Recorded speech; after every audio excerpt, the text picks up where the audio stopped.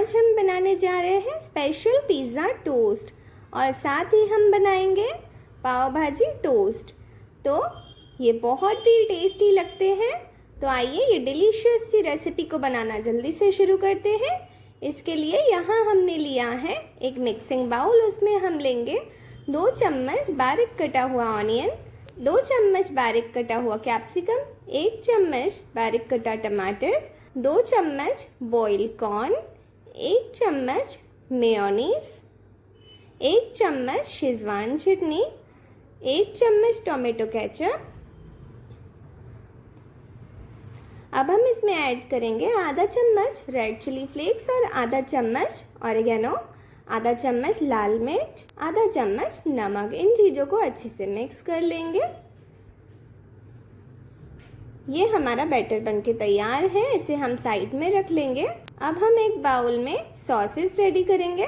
उसके लिए यहाँ मैंने लिया है 1 चम्मच मेयोनीज, 1 चम्मच शेजवान चटनी और 1 चम्मच टोमेटो केचप। इनको भी हम मिक्स करके साइड में रख लेंगे। अब हम एक ब्रेड स्लाइस पे ये सॉसेस लगा लेंगे जो हमने सॉस रेडी की है। इसके ऊपर हम ये मिक्सचर रख लेंगे। ये मिक्सचर बहुत अच्छे से लगाना है इस पे, इसका टेस्ट बहुत अच्छा आता है।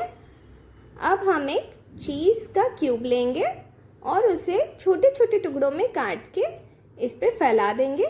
ये आप ज़रूर करें, ये छोटे छोटे टुकड़े बहुत अच्छा टेस्ट देते हैं। उसके बाद हम ग्रेट करेंगे बाकी की चीज़ जितनी आप पसंद करते हैं। ऊपर से थोड़ा सा रेड चिली फ्लेक्स डाल के हम इसे साइड में रख देंगे। अब हम चलते हैं हमारे दूसरे टोस्ट की ओर।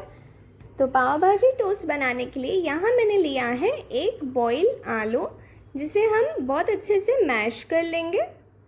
इसमें ऐड करेंगे 2 चम्मच बारीक कटा हुआ टमाटर, 2 चम्मच बारीक कटा प्याज, 1 चम्मच बारीक कटा शिमला मिर्च और कुछ बारीक कटा हुआ धनिया पत्ता। अब हम इसमें ऐड करेंगे 2 चम्मच टोमेटो केचप, नमक स्वाद अनुसार और लाल मिर्च 1 चम्मच और 1 चम्मच पाव भाजी मसाला। इसके ऊपर हम हाफ नींबू स्क्वीज़ करके ऐड कर देंगे। इसे अच्छे से मिक्स कर लेंगे। तो ये हमारा पाव भाजी टोस्ट के लिए मसाला बनके तैयार है।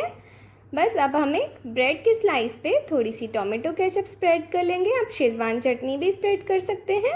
इसके ऊपर हम ये मिक्सचर लगा लेंगे।